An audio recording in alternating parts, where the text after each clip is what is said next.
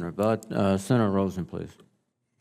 Well, thank you, Chairman Reed, Ranking Member Wicker, for holding this very timely hearing on global security challenges, which comes ahead of unfortunately, the one-year anniversary of Vladimir Putin's brutal and unjustified invasion of Ukraine.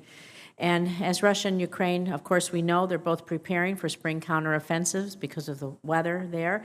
It's absolutely critical, I believe, that the United States and our allies stand with Ukraine for as long as it takes to help the Ukrainian people win. So, Dr. Hill, I want to build on a question that Senator Manchin asked you.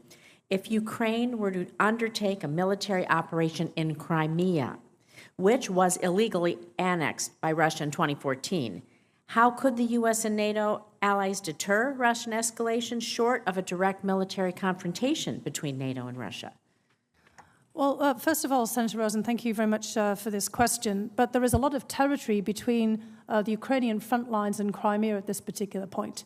The Ukrainians have been able to penetrate into the airspace over Crimea using drones and other long-range missiles. We've seen some of this happen.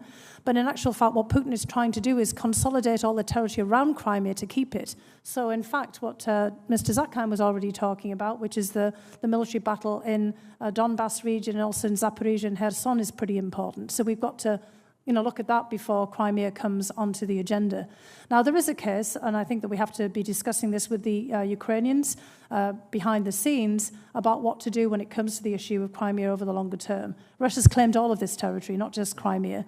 We have to figure out how we're going to push those claims back. It's not just a question of how far we can push Ukrainian territory forward again in this battle, but what are we going to do about that territory over the longer term? The Ukrainians were willing to discuss some other formulations internationally prior to all of the atrocities that have been carried out here.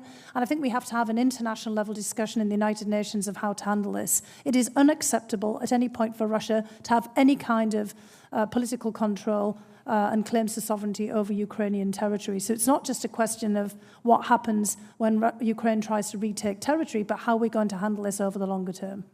Well, thank you. And I kind of want to build on that because we know that we're trying to add Finland and Sweden, their NATO ascension. It's really going to bolster our alliance, of course, in significant ways. We all know that. And so what do you think the advantages, comparative advantages, or the challenges that we might have bringing them into the alliance? Will that help us? How will that help us in some of the things that we're trying to do as well? Well, look, Finland and Sweden have made a strategic decision to join NATO. They could have joined at any point since World War II, since the creation of NATO, and they did not. Finland has a very long border with Russia. It was attacked by the Soviet Union in the 1930s, 1940s. And Finland has actually got an incredibly important defensive posture. They can put up to 800,000 people under arms. Right. So Finland is determined to defend itself and is also making it very clear that it wants to be part of the defense of Europe. So this is very significant. Sweden was completely neutral up until this point. This is a huge rupture in the strategic posture of Sweden, and Sweden's also making it clear that it intends to defend Europe writ large too. So this puts on the agenda a whole rethinking of our European security posture. This isn't just something that the United States has to step up to. Sweden and Finland are stepping up as well. Thank you. I want to build on that in the minute or so I have left. So, Dr. Lin, I want to talk with you a little bit about maintaining our defense technological edge.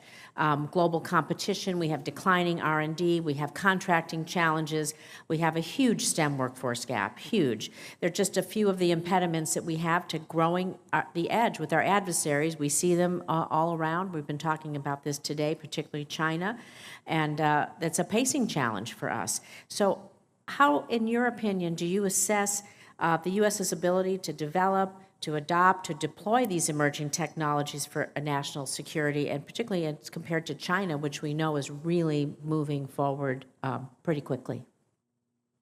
I guess I'll separate the development of technology into two aspects. One is developing of the talent, which I think China is able to do much faster because they have more of the STEM education and because they are able to redirect education in certain ways that we in the U.S. government don't have the same authoritarian powers to do.